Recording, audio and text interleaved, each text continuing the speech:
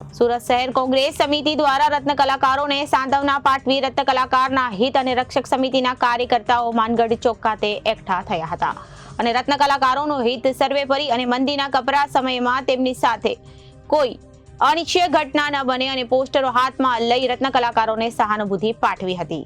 રત્ન કલાકાર સહિત રક્ષક સમિતિના કાર્યકર્તાઓએ માનગઢ ચોક ખાતે એકઠા થઈ રત્ન કલાકારોનું હિત સર્વેપરી અને મંદીના કપરા સમયમાં તમારી સાથે અમે લોકો છીએ તેમને સાંત્વના આપી પોસ્ટરો હાથમાં લઈ રત્ન કલાકારોને સહાનુભૂતિ પાઠવી હતી। આ દિવસો પણ ચાલ્યા જશે અને સમયને થોડા સમય આપો, જીવન અમૂલ્ય છે, આત્મહત્યા કોઈ ઉકેલ નથી તેવા બેનરો લઈ કોંગ્રેસે દેખાવો કર્યો હતો અને અલગ અલગ સ્લોગન હાથમાં લઈ કોંગ્રેસે રત્ન કલાકારોને સાંત્વના પાઠવી। હાલ હીરા ઉદ્યોગમાં મંદીનો માહોલ છે અને રત્ન કલાકારના આપઘાતના કિસ્સા પણ સામે આવ્યા છે, ત્યારે આ કપરા સમયમાં રત્ન કલાકારોની પડખે કોંગ્રેસ આવી છે। માનગઢ ચોક એક હીરા ઉદ્યોગનો હબ કહેવાય છે। છેલ્લા ઘણા સમયથી રત્ન કલાકારો ભાઈઓ જે મંદીના કારણે આત્મહત્યા કરી રહ્યા છે તેઓને તેમના પરિવારને હિંમત આપવા અને સાંત્વના આપવા માટે સુરત શહેર જિલ્લા કોંગ્રેસ સમિતિ પ્રેરિત હિત રક્ષક સમિતિના નેજા હેઠળ આજે માનગઢ ચોક ખાતે કાર્યક્રમ રાખ્યો છે। અમારો જે કાર્યક્રમ છે કોઈ હીરા ઉદ્યોગના ઉદ્યોગપતિ સામે નથી, કોઈ કારખાના સામે નથી, પણ કારીગરો જે મંદીના કારણે આત્મહત્યા કરે છે એ બાબતે રાજ્યની સરકારે જાગૃત થઈને તે લોકોના માટે કંઈક કરવું જોઈએ એવો એક સંદેશો આપવા માટે અમે આજે ધરણા પર બેઠા છે અને અમારી માંગણી છે કે આગામી સમયમાં જો રાજ્ય સરકાર રત્ન કલાકારો માટે કોઈ સ્પેશિયલ પેકેજ જાહેર ન કરશે તો અમે રાજ્ય સરકારના મુખ્યમંત્રીને ઘેરાવવાનો કાર્યક્રમ કરશું। મારું નામ મમતાબેન સવાણી છે।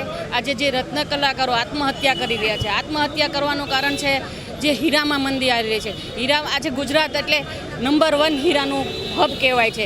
આજે એટલી મંદીનો માહોલ છે, સરકારને આજે રજૂઆત સંસ્થાઓ દ્વારા કરવામાં આવી છે। આજે સંસ્થાઓ દ્વારા રજૂઆત ન સાંભળવામાંથી આજે કોંગ્રેસે ઉગ્ર બહેનોને આજે રત્ન કલાકારોને ઘરના એની વાઈફો, એની બહેનો, એની પત્ની, છોકરીઓ એ બધેઓને સાથે રાખીને, કેમ કે આજે મંદીના માહોલમાં ઘર ચલાવવું બહેનોને મુશ્કેલ થઈ ગઈ છે। આજે બહેનો પણ અમને સપોર્ટ કરી રહ્યા છે કે આપણા ગુજરાતમાં આજે દિવ્ય ભાસ્કરની વાત છે કે ગુજરાત બીજા નંબરે બેરોજગાર છે, તો આ સરકાર મૂંગી અને બેરી સરકારને કહેવામાં આવે છે કે આ જે 500નો બાટલો બીજા રાજ્યોમાં આપે છે તો આ ગુજરાતની બહેનોને જરૂર નથી કેમ? આજે ગુજરાતની બેનને બધી જરૂર છે। આજે બહેનો રસ્તા ઉપર શું કામ આવી છે?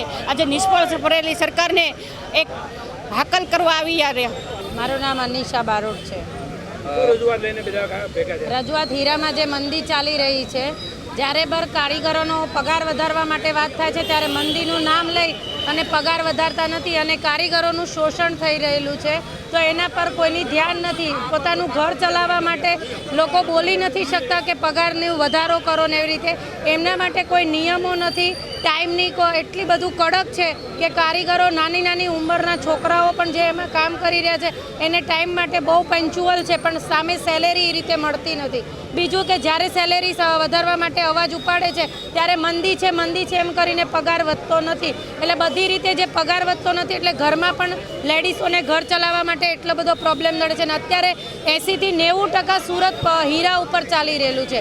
તો મંદીનો જે માહોલ છે એના લીધે 2 વર્ષથી લોકોએ દિવાળી સારી નથી કરી, ઘરમાં તહેવારો નથી કરી શકતા, ત્યાં સુધી કે એમની જીવન જરૂરિયાતની કોઈ પણ વસ્તુ, જ્યારે એક સમય હતો 2 વર્ષ પહેલાં સુરતનો માહોલ અને સુરતમાં દિવાળી એવી સરસ થતી હતી, તો 2 વર્ષથી લોકોએ દિવાળી નથી કરી, તો એની સામે ધ્યાન દોરવા માટે અમે આ અત્યારે આયોજન કરેલું છે। તો સરકારનું ધ્યાન જાય અને જે નાની નાની બાબતો પર ધ્યાન આપવા જેવું છે અને બહુ મોટો પાયે આ પ્રશ્ન છે હીરા ઉદ્યોગનો, એની સામે સરકાર થોડું ધ્યાન દે અને લોકો જે પીડાય છે એની સમસ્યાનું નિવારણ કરે।